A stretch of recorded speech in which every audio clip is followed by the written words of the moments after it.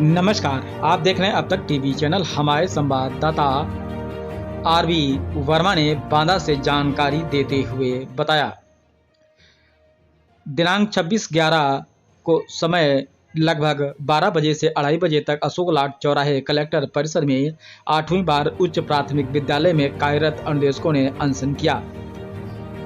लगातार 2 अक्टूबर से हर रविवार अपने मानदेय वृद्धि, स्थानांतरण, अंतरजनपदीय स्थानांतरण, स्वास्थ्य सुविधाएं, सीसीएल एवं मृतत्व, अवकाश, समान कार्य, समान वेतन आदि मांगों के लिए अनशन कर रहे हैं और ऐसे विषमता के चलते नए वीरांगना ऐप एवं ऑनलाइन हाजिरी का विरोध कर रहे हैं। जब तक उनकी समस्याओं का निजात नहीं मिल पा रहा है, तब तक ऐसे नए फरमानों का विरोध करते रहेंगे।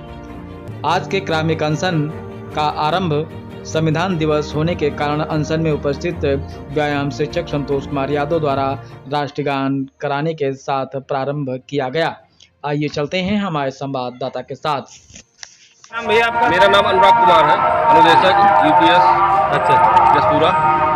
क्या समस्या को लेकर के आप धरना हम लोग बैठे? यही समस्या कि विगत 10 वर्ष पूरे हो गए, 11वां साल चल रहा है। अभी 7,000 रुपये मानदेय हमें मिलता रहा। अभी पिछले वर्ष 9,000 रुपये हुआ है, जिसमें से 2017 में हम लोग का 2015 में हम लोग का मानदेय 14,8470 रुपये हो गया था, जिसमें से जब माननीय मुख्यमंत्री योगीनाथ जी की सरकार आई तो उन्होंने हमारा 1470 रुपये मानदेय काट करके फिर 7,000 रुपये कर दिया। फिर कम कर दिए, 17,000 देने की बजाय 7,000 देने लगे।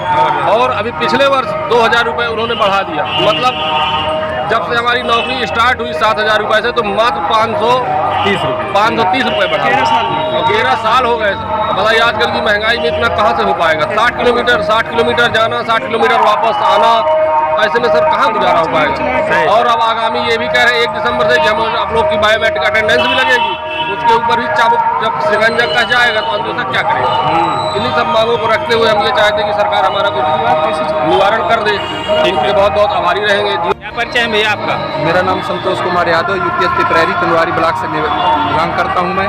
सर, हम लोग अंशकालिक अनुदेशक सन 2013 में जुलाई सन 2013 में भर्ती हुए थे। जब से हम लोग भर्ती हुए तो तब से हमारा मानदेय 7,000 रहा। जब अखिलेश जी की सरकार आई तो उसमें हमारा मानदेय 7,000 से बढ़ाकर 1,470 बढ़ा दिए, जिससे 8470 हो गया। जैसे ही बीजेपी सरकार आती है तो उसमें भी हमारा 13,000 कुछ रुपये मानदेय काट लिया जाता है, जिससे हम लोग का परिवार भरण पोषण और चलाने में हमारे बच्चे हमारे इतने ही हो गए हैं। कहीं बच्चे पढ़ते हैं, आज हमारी इतनी अस्त व्यस्तता हो गई है कि माता पिता को क्या खिलाएं, अपने बच्चों को क्या खिलाएं, अपना भरण पोषण कैसे करें। तथा हम लोग ये कहने को तो हम अध्यापक हैं। अगर आपसे एक बात कहूँ, मैं काफ़ी दिनों से मैं सोच रहा था कैसे डिबेट हो, उसमें यह कहा गया कि हम लोग T3 का मतलब तृतीय कर्मचारी, जिसमें सहायक अध्यापक, हेडमास्टर और इसमें अनुदेशक शिक्षा मित्र भी आते हैं, तो हम लोग अनुदेशक भी T3 उस गौशाला में भरा जाता है, जिसमें हम लोग की काउंटिंग एक शिक्षक पर ही होती है। लेकिन जब हमें वेतन की मांग की जाती है तो हमको वही 9,000 रुपये दिया जाता है, और जब वो समान वेतन की मांग करते हैं तो उसमें कह दिया जाता है कि आप लोग अभी इसके लिए लायक नहीं है। और वहीं 90,000 पाता है, वहीं 9,000 पाता है। उसमें कार्यशैली हम लोग की बराबर होती है, उसमें भी यही कहा जाता है आप लोग क्या करते, कुछ नहीं करते। यहाँ तक अधिकारी भी हमारे बहुत शोषण किया जाता है। अभी सर बायोमेट्रिक चलेगी, बायोमेट्रिक में ये होगा कि हेडमास्टर हमको आगे करेंगे, सहायक अध्यापक हमको आगे करेंगे। सर, बायोमेट्रिक में ये बताइए 300 रुपये हम लोग पाएंगे। अगर जिस दिन हमारी एब्सेंटी चली गई, हम विद्यालय पहुँच जाएंगे, हमारा प्लस तेल भी चला गया, हमारा 300 रुपये भी चला गया। बताइए सर, हम कैसे अपने जीवन को जी सकेंगे, भरण पोषण कैसे कर सकेंगे? यहाँ तक कि अब हमारी विडम्बना यहाँ तक हो चुकी है कि हम समाज में खड़े होने लायक भी नहीं है। हम बता भी नहीं सकते कि हम किस पद पर कार्य कर रहे हैं।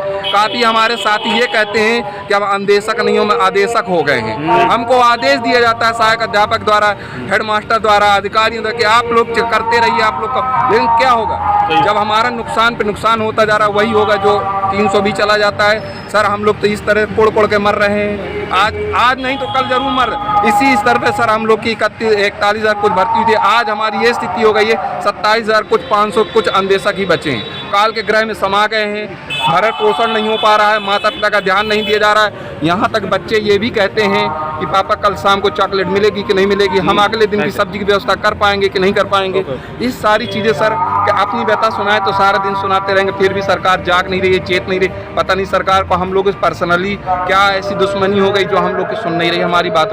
इन्हीं बातों के साथ आपसे मैं कहूँगा, आपके माध्यम से कहूँगा, हमारी बात सरकार तक पहुँचाई जाए, राज्यपाल महामहिम राज्यपाल तक पहुँचाए, प्रधानमंत्री द्वारा सबका साथ, सबका विश्वास, सबका साथ करने कहते हैं, लेकिन हमारा ही विश्वास ही नहीं जीत पाए ना, हम उनके साथ कैसे चलें सर। ठीक ठीक।